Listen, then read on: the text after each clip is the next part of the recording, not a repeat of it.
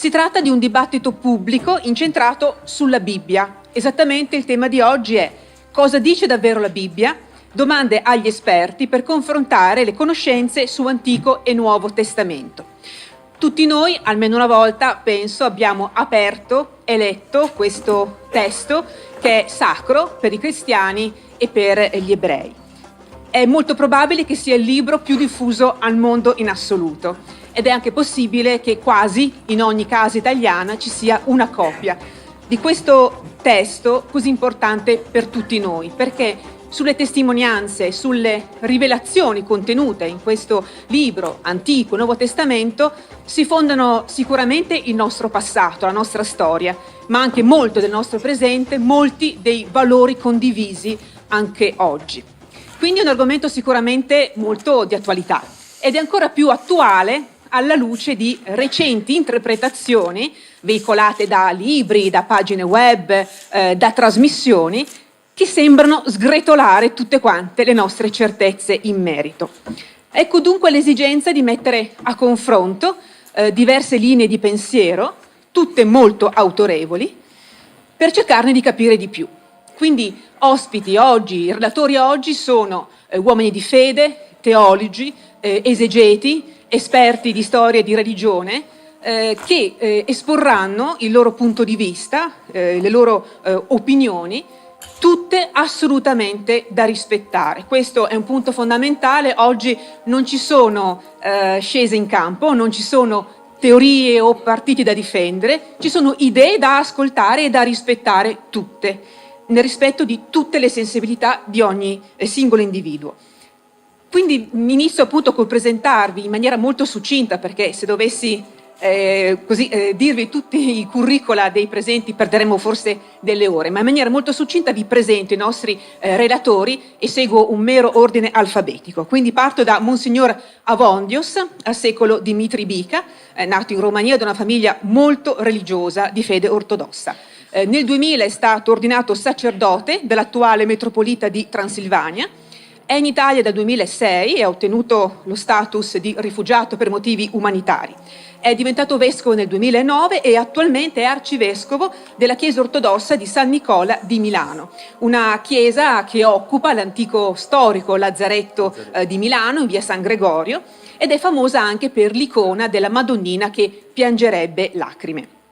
Il secondo relatore che vi presento è Mauro Biglino, realizzatore di prodotti multimediali di carattere storico, culturale e didattico per importanti case editrici e riviste. È soprattutto, ora lo conosciamo come studioso di storia delle religioni e traduttore di ebraico antico per conto delle edizioni San Paolo, collaborazione che si è conclusa quando ha iniziato la sua carriera di scrittore, in cui ha portato alla luce le sue personali scoperte fatte in questi 30 anni di analisi dei testi sacri. Vi presento ora Ariel Di Porto. Ha conseguito il titolo di rabbino presso il Collegio Rabbinico Italiano e la laurea in filosofia presso l'Università La Sapienza, occupandosi delle dottrine non scritte nel pensiero di Platone.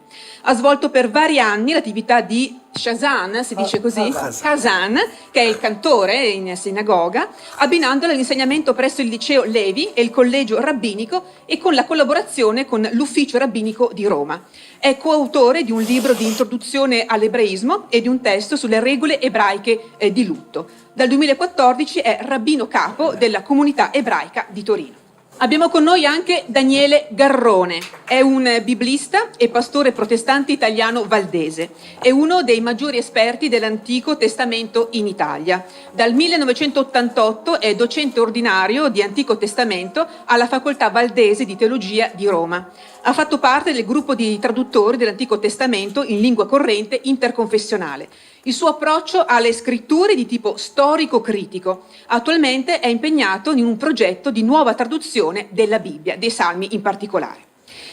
E concludo con Don Hermis Sagat, sacerdote dal 1962, laureato in letteratura tedesca, in storia del cristianesimo, materia che insegna insieme a teologie extraeuropee presso la Facoltà Teologica dell'Italia Settentrionale, sezione parallela di Torino. Si interessa dunque anche di nuove teologie. È stato referente fino al 2012 dell'Arcidiocesi di Torino per l'Università e la Cultura. Dall'anno accademico 2014-2015 è insegnante di questioni di teologia morale e pratica presso l'Università Cattolica del Sacro Cuore. Questi i nostri relatori, ora vi illustro come procederemo in questa prima parte della giornata. Rivolgerò 4 domande ai nostri ospiti, alle quali siete pregati di rispondere ognuno in massimo 5 minuti. Quindi chiedo cortesemente a tutti voi di rispettare questo limite di tempo. Il primo a partire ogni volta sarà Mauro Biglino, poi seguiremo l'ordine in cui siete appunto seduti.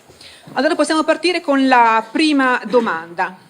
Chiedo a tutti quanti voi come sapete con certezza, quindi non si parla di ipotesi, di supposizioni o di atti di fede, ma come sapete con certezza dell'esistenza di Dio, cosa sapete su Dio e quali sono le fonti di queste vostre conoscenze. Prego.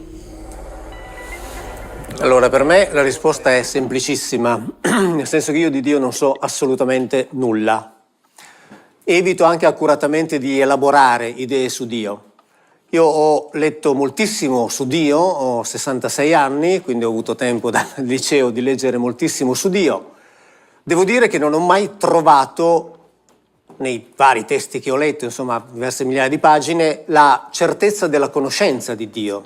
Ho trovato molte idee su Dio. Ho trovato molte ipotesi su Dio, ho trovato molte elaborazioni su Dio, ma non ho trovato nessuno che, come dire, possedesse la conoscenza, la sapienza in relazione a Dio. Poi, perché anch'io ho commesso l'errore di tutti, ho letto prima i libri sulla Bibbia e poi dopo ho letto la Bibbia, invece bisognerebbe fare il contrario. Poi ho letto la Bibbia, e parliamo per adesso dell'Antico Testamento, e devo dire che lì Dio proprio non l'ho trovato. Nel senso che addirittura ho trovato l'esatto opposto di ciò che avevo sempre letto su Dio. Ho trovato che l'Antico Testamento narra di un individuo le cui caratteristiche non corrispondono per nulla a ciò che avevo sempre letto su Dio, diciamo almeno così quindi qui in Occidente.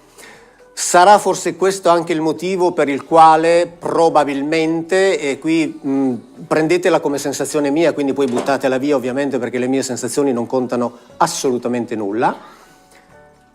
Ve la do come sensazione perché non posso citare la fonte, ma sarà forse questo il motivo, cioè diciamo l'assenza di Dio, di questo Dio, del Dio platonico e neoplatonico nell'Antico Testamento, il motivo per il quale probabilmente la Chiesa romana si accinge ad abbandonare definitivamente l'Antico Testamento, che diventerà, in qual caso, qualora e quando questo avvenisse, tornerà a essere ciò che era in origine, cioè un insieme di libri che un popolo, gli Israeliti, ha scritto per tenere memoria di un patto di alleanza che ha fatto con l'Elohim, qualunque cosa voglia dire, con l'Elohim di nome Yahweh o Yahweh, o Yehovah, insomma, a seconda di come viene variamente vocalizzato, e quindi questo era un patto di alleanza che riguardava loro e non l'umanità. Quindi nel qual caso, appunto, qualora questo avvenisse, l'Antico Testamento tornerà a essere ciò che era in origine.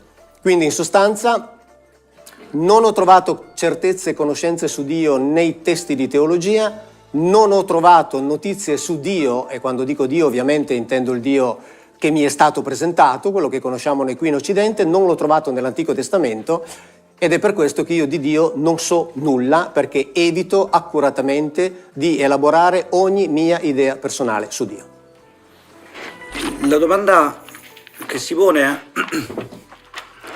è una domanda che nell'ebraismo è abbastanza recente in realtà. L'interesse sui principi fondamentali dell'ebraismo, sui principi di fede, è una domanda che, considerata l'antichità della tradizione ebraica, è abbastanza recente. Cioè sia nel testo stesso della Bibbia, sia all'interno delle prime elaborazioni dei rabbini, in realtà su questa domanda non troviamo molto. Questa domanda si affaccia nella storia della religione ebraica abbastanza recentemente, ed è affrontata nei testi fondamentali della filosofia ebraica medievale, cioè da Maimonide, in particolare nell'introduzione al 10° capitolo del Trattato di Sanedrin, nel suo commento alla Mishnah, che è uno dei testi fondamentali della tradizione orale ebraica, il Sefer Emunot Vedeot, appunto il libro delle varie credenze dell'ebraismo di Rabbi Saadia Gaon, il Kusari di Rabbi Yehuda Halevi, l'Emunah Ramah, la fede esaltata di Avram Ben Daud, l'Or Hashem di Hasdai Kreskas e il libro dei principi di Yosef Albo, quindi all'interno dei principali testi di filosofia ebraica medievale, e questo deriva dalla necessità di una dogmatizzazione all'interno dell'ebraismo, e questo deriva dai rapporti del mondo ebraico avuto con quello cristiano e con quello arabo. Questa domanda nella tradizione ebraica, almeno inizialmente, non esiste. Dobbiamo ricordare che già nel Pentateuco, nell'Esodo, Mosè chiede di vedere il Signore, che gli risponde che un uomo non potrebbe vederlo e vivere, chi lo irani Adam Vachai. Per questo esistono delle dottrine che sorgono appunto nel Medioevo, secondo le quali non si può sapere alcunché della divinità, e quindi teologicamente si può parlare della divinità e riferirsi ad essa solamente in termini negativi, non avendo in quanto esseri umani un termine di paragone per definirla. Ma è possibile, dicono questi filosofi, conoscerla e divenire consapevoli della sua esistenza per via delle sue manifestazioni ed opere, cioè vale a dire attraverso questo mondo, come è architettato, attraverso ciò che avviene all'interno di questo mondo. Tant'è che nello stesso brano dell'Esodo Dio rivela a Mosè i 13 attributi di misericordia. Non è possibile, pertanto, almeno sotto certi aspetti, parlare di una evidenza rispetto alle nostre conoscenze su Dio. Lo stesso Abramo, che ebbe l'intuizione monoteistica, ebbe questa intuizione attraverso l'investigazione della natura, secondo la nostra tradizione, cioè ha visto il mondo e ha ritenuto che non fosse possibile che non vi fosse un architetto del mondo. Yehuda Halevi, altro filosofo medievale, nel Kusari, rispondendo a questa domanda posta dal re dei Khazari, si tratta di una finzione, sulla nostra fede, disse che noi crediamo al Signore che ci fece uscire dall'Egitto e ci ha dato la Torah, eventi dei quali siamo stati testimoni, ma si vede bene invece dal dire che noi crediamo nel Signore che ha creato il mondo, perché sebbene tutti quanti, almeno gli ebrei, siamo convinti di questo fatto, nessuno vi ha assistito. Il Sefer HaChinuch, che è un testo che raccoglie i vari precetti della Bibbia, ritiene che questa credenza non abbia bisogno di spiegazioni ulteriori, perché è uno dei fondamenti della religione, questo, il fatto che Dio ci sia, e chi non vi crede nega uno dei principi fondamentali e non fa parte del popolo di Israele. Quindi 30 secondi. Il credere in Dio sarebbe un assioma. Maimonide pone 13 principi fondamentali della fede, e svariati di essi si riferiscono alla divinità, che ha creato tutti gli esseri ed esercita la sua provvidenza. È unica, eterna, incorporea, la sola degna di ricevere preghiere, che ha scelto dei profeti, il principale dei quali è Mosè, per mezzo del quale ha dato la Torah di Israele. E crediamo che la Torah che abbiamo sia esattamente quella che gli è stata data e che non possa essere modificata. Oggi noi viviamo in un mondo della tecnologia, un mondo della scienza, dove l'uomo si pone tante problematiche sull'esistenza di questo essere che cammina sulla terra e che tinge dalla sua esistenza attraverso le esperienze e delle conoscenze dell'universo. Tante volte abbiamo visto e vediamo in televisione la necessità dell'uomo contemporaneo di trovare al di là della terra, nel mondo invisibile, come lo chiamiamo noi, soprattutto nella tradizione ortodossa, Dio dei nostri padri, Abramo, Isacco e Giacobbe, perché questa è la tradizione, diciamo, del cristianesimo, Dio delle cose visibili e invisibili. E dunque l'uomo, nella sua necessità e la sua ricerca totale di qualcosa più grande di lui e di quello che l'ha creato, alla fine l'ha messo in questo giardino Eden, come dice anche Bilino parlando del Eden, del giardino recinto, nella sua ricerca di trovare questa esperienza e chi l'ha creato, va sempre sulle stelle, a trovare al di là della conoscenza terrestre, al di là di quello che noi abbiamo ricevuto attraverso la storia, se esiste un Dio che ha creato l'universo e tutto quello che noi sappiamo e non sappiamo. E dunque la domanda messa a noi, nella domanda se noi sappiamo qualcosa di Dio, e come diceva Mauro, io personalmente, tutti noi che siamo radunati qui, non possiamo conoscere nulla di Dio se non attraverso quel libro che tante volte è chiamato fantascienza, che si chiama la Bibbia. E se noi guardiamo, se noi guardiamo l'esperienza e soprattutto vedere Dio nella Bibbia, e questo è il problema che io mi pongo. Mauro, che è un esperto e sa benissimo e ha fatto la traduzione della Bibbia, dice che non ha scoperto che la Bibbia parlava di Dio, invece nell'Antico Testamento, e abbiamo anche l'esperto ebraico e poi un altro al mio fianco, e anche lui, Mauro, che è un esperto nella traduzione, si parla di Dio, di Yahweh, si parla dell'Elohim.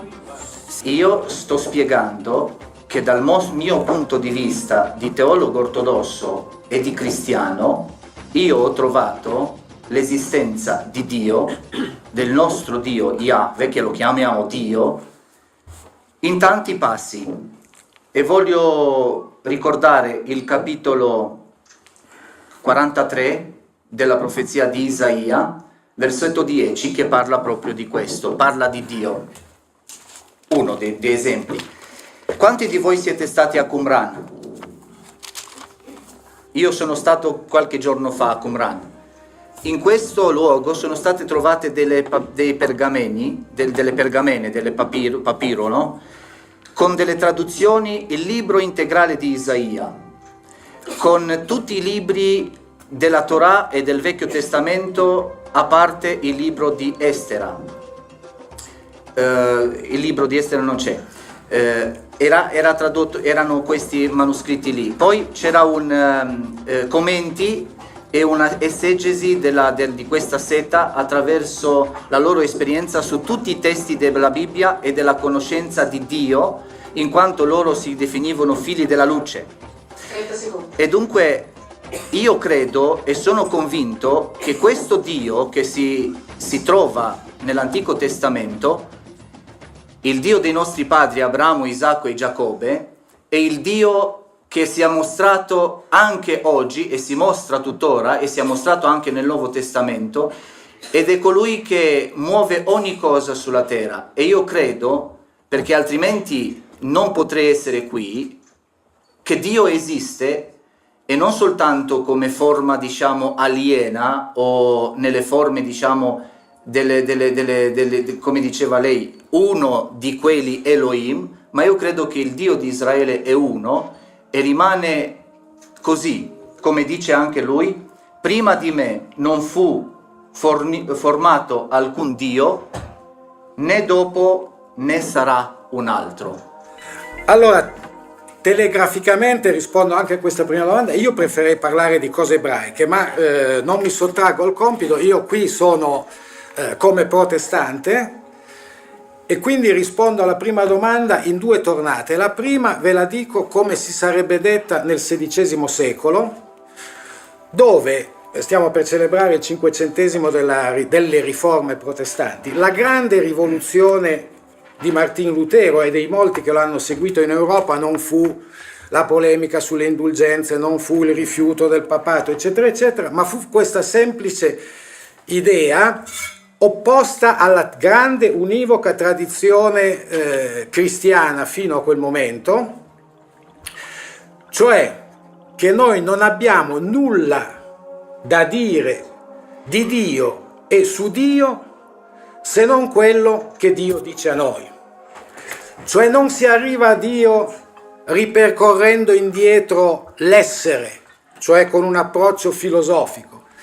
Non ci rivela Dio la tradizione della Chiesa, c'è Dio soltanto quando Dio ci apostrofa. E la fede e la teologia non sono altro che ascoltare l'apostrofe di Dio e ripeterla con le nostre parole. Punto e a capo. Diciamo, il tono che vedete è il mio tentativo, diciamo, di dar voce a Lutero. Dove troviamo questa voce di Dio? Nelle scritture. E qui Lutero fece un'altra rivoluzione di cui forse non si rendeva neanche conto fino in fondo. Quelle scritture, per quel che riguarda l'Antico Testamento, non le andiamo a leggere in latino o in greco, ma le andiamo a leggere in ebraico.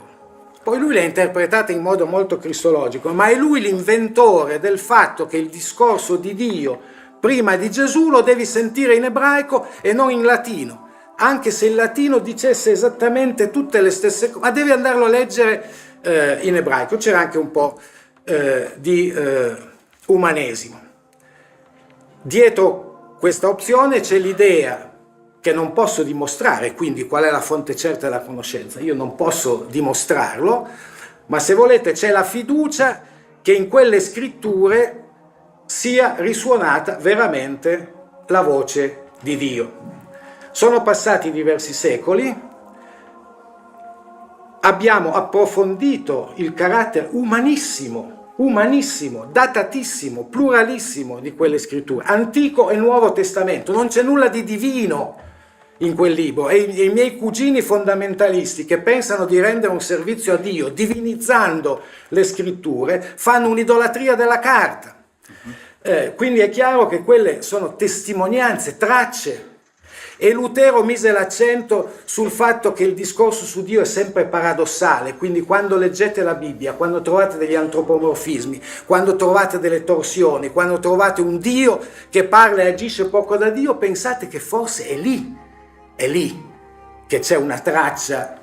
Io oggi, e concludo, la direi personalmente così: in queste umanissime scritture, che io per certi versi con i miei colleghi scandagliamo come fa l'amico scozzese di Getro in NCIS, che taglia tutto e apre e va a vedere tutti gli strati, eccetera, eccetera. Cioè facciamo anche dell'anatomopatologia, e per certi versi credo di essere molto più radicale di Biglino, eppure a me rimane la convinzione che da lì dietro, da questa umanissima storia, dove c'è anche del politeismo e ci sono tante altre cose che nessuno di noi nega, anzi le andiamo a scovare, io credo che lì mi viene, c'è un tu, c'è un'apostrofe esterna, c'è qualcosa che non ho inventato io e che mi sorprende.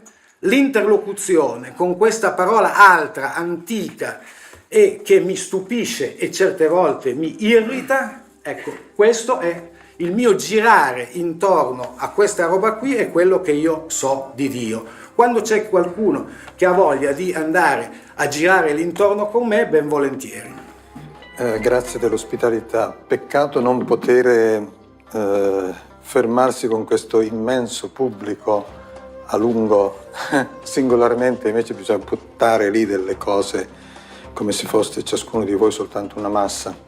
Comunque io mi trovo abbastanza consono con molti passaggi che mi hanno preceduto. Vorrei dire però, in modo un po' tagliente, che bisogna togliere la certezza su Dio, perché se noi avessimo certezza di Dio, Dio non sarebbe, saremmo noi.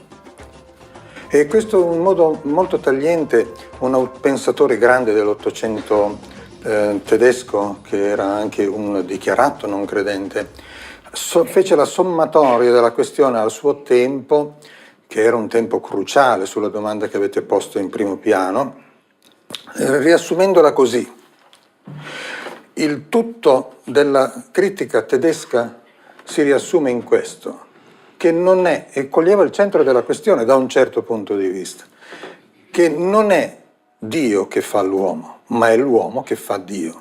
Aveva colto il punto di vista della certezza, cioè mettendosi dal punto di vista della ragione, che crede che Dio deve rendere conto alla ragione per essere Dio, mentre invece tutto il discorso biblico, al di là delle traversie che sono state accennate prima, dei appunto dei travagli che hanno lì dentro, la lotta è una lotta su Dio e con Dio, la scrittura, al di là di tutto questo viene fuori questa idea che non sei tu che fai Dio, ma è Dio che fa l'uomo, che ha fatto l'uomo. Quindi qui mi discosto un tantino dalla tua posizione, proprio hai fatto molto bene a toccare il testo del 500, perché là è venuto un discrimine, che poi lungo i secoli successivi si sono poi in qualche modo, specialmente oggi, nell'epoca contemporanea, si sono in qualche modo ammorbiditi e si sono ricompresi.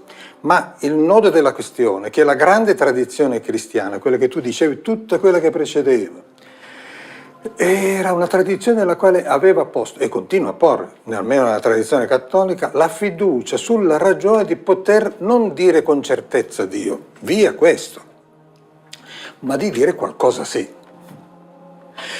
Per dirla adesso con i termini che fanno parte di ciò che si chiama la teologia, poter in qualche modo, bisognerebbe ripercorrere in modo non come ha fatto Kant però, perché Kant ha preso le vie dell'esistenza di Dio come se fossero delle dimostrazioni con certezza razionale, mentre invece nella tradizione biblica, e poi ripresa ancora da alcuni pensatori del Medioevo, dire vie per l'esistenza di Dio vuol dire mettiti in quella direzione, ma non pensare di essere padrone della conclusione, ma vai in quella direzione. Ad esempio, le cose potrebbero esistere e non esistere, come mai esistono? E dai, mettiti in quella direzione e vai nella direzione per porre seriamente la questione di Dio, non per porre Dio, ma per porre la ricerca, il problema, la testa nella direzione giusta. Oppure, tu vedi che c'è qualcosa che ti fa dire che è buono, che è bello, qualcosa, tu percepisci questo, ma da dove viene questo? Mettiti in quella direzione e hai un'indicazione di percorso, un tracciato, quello che nelle grandi tradizioni spirituali dell'Oriente si dice con una parola bellissima, il Tao, cioè tu mettiti in cammino. Così ad esempio ci vuole tanta intelligenza per comprendere il mondo, a questo punto in cui siamo noi, chissà quando ce ne vorrà in quel che scopriremo in seguito, tanta intelligenza ci vuole e niente prima. Tanta intelligenza per comprendere il mondo adesso e niente prima, niente alla radice. Queste cose non ti fanno dire però, Dio è questo. No, Dio non è fatto dall'uomo, neanche dall'intelligenza dell'uomo, ma l'intelligenza dell'uomo, e qui si discosta la tradizione cattolica dalla tradizione protestante, l'intelligenza può dire qualcosa di Dio. Non è un equivoco il rapporto tra la realtà che noi guardiamo, che cerchiamo di comprendere, e quel che noi chiamiamo Dio. C'è un rapporto di analogia. Un'ultimissima cosa vorrei dire. Un altro dei concetti fondamentali che la tradizione biblica, qui mi insinuo rapidamente senza andare oltre. 30 secondi. Grazie. Che si apre è che Dio comunque, anche nel porre la questione di Dio, è sempre colui che precede, è colui che anticipa, cioè anche in tutta la Bibbia che si dice parola di Dio, eccetera, Dio è colui che precede, è colui che pone l'iniziativa, colui che fa sì che si ponga il problema. Una delle vie per porre la questione di Dio in modo ragionevole, tra virgolette, è quella di dire appunto che già solo mettersi in domanda è possibile soltanto perché Lui l'ha resa possibile. Altrimenti da solo il caos non avrebbe creato alcuna domanda, alcuna ricerca, alcun senso, alcuna via. Mi fermerei qua. Grazie.